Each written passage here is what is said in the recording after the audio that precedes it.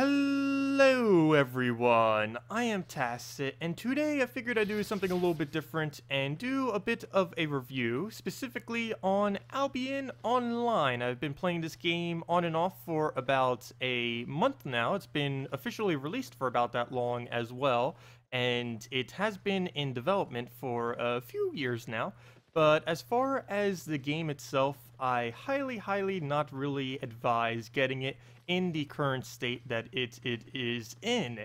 It is very broken between the doubling gold glitch that used to exist when it first came out due to all the out of bounds glitches that it currently has, such as what we're in right now. You can also out of bounds in any zone while in combat to avoid combat.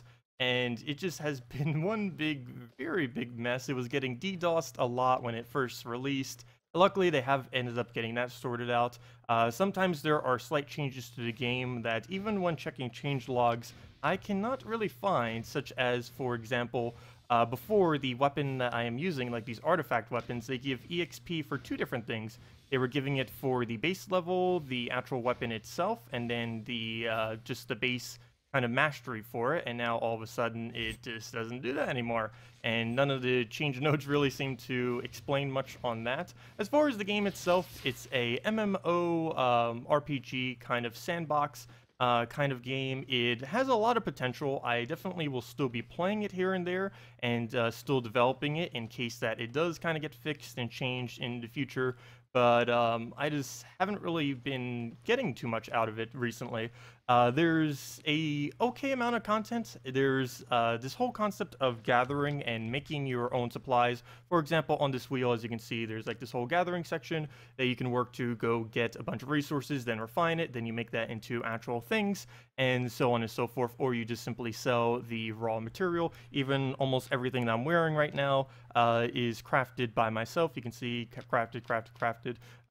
Except like the thing and a couple of things I can't craft, like this cape, which is impossible to craft.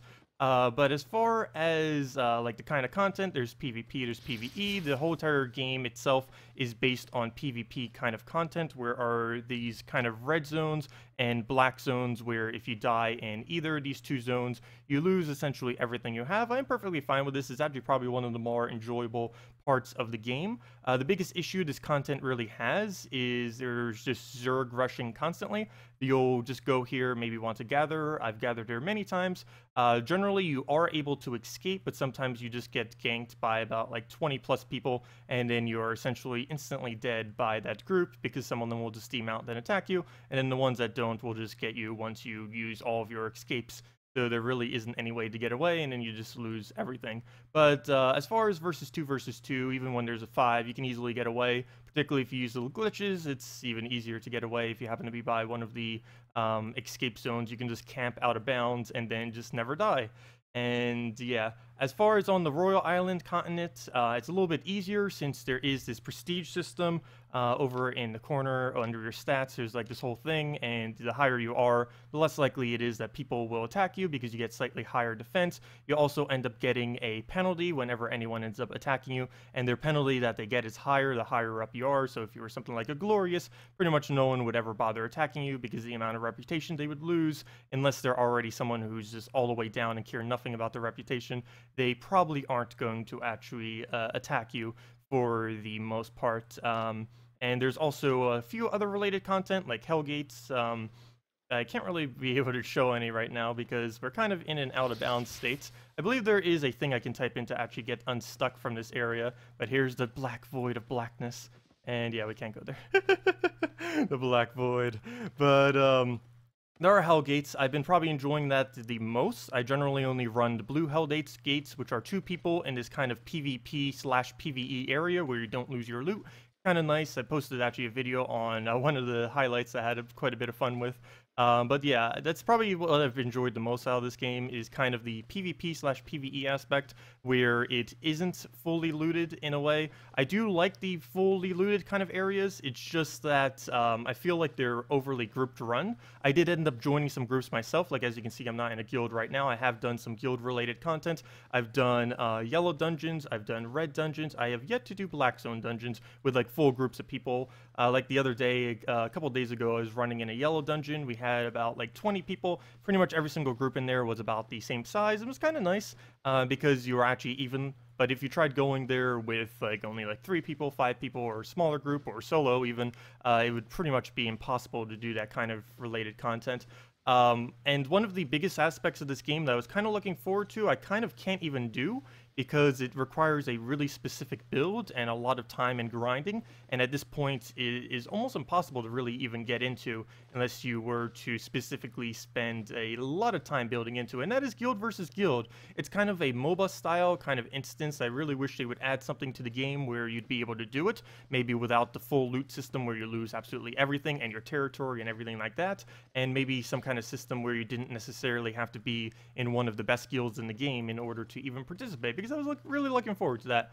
I play a lot of MOBAs in the past, mainly Dota 2 as the biggest one, Dota and Dota 2, but all MOBAs in general I really liked, and the whole concept of that I can't really do in this game because the build I'm currently building, and even if I was to rebuild, wouldn't really work.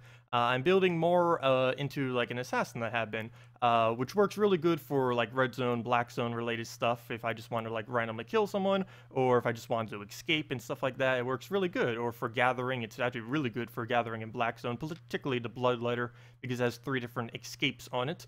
But other than that, it just doesn't really it just doesn't really have the content as of currently. And as far as gathering is almost dead in this game. Almost every single place you can gather is overpopulated, and if you try doing it in Black Zone, I do kind of like it. It's a lot of fun and tense, but you know by the end of the day that you're just basically going to die there and lose everything unless you do it in very, very small sessions and just keep banking it constantly. But that's no fun.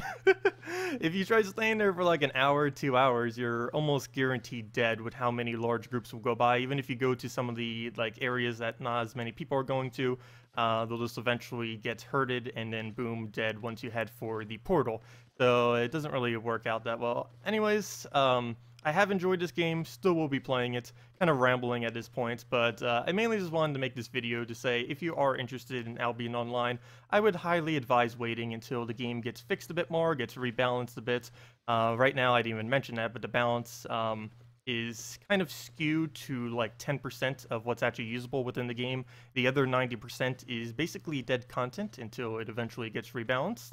And in its current state, if you're not using any of that 10%, you are useless for Guild versus Guild, and you're going to probably suffer in many PvP instances because a lot of things are just pretty useless for that purpose. And a good majority of this game does come down to actually battling and facing and killing or surviving against other players in places where you will lose a portion, if not all, of your supplies. So it's pretty important to actually have everything balanced so that people who are going a certain direction in a tree will actually be able to survive and participate in what is essentially a good majority of the game, or they'll just have to eventually rebuild if they never do end up rebalancing it.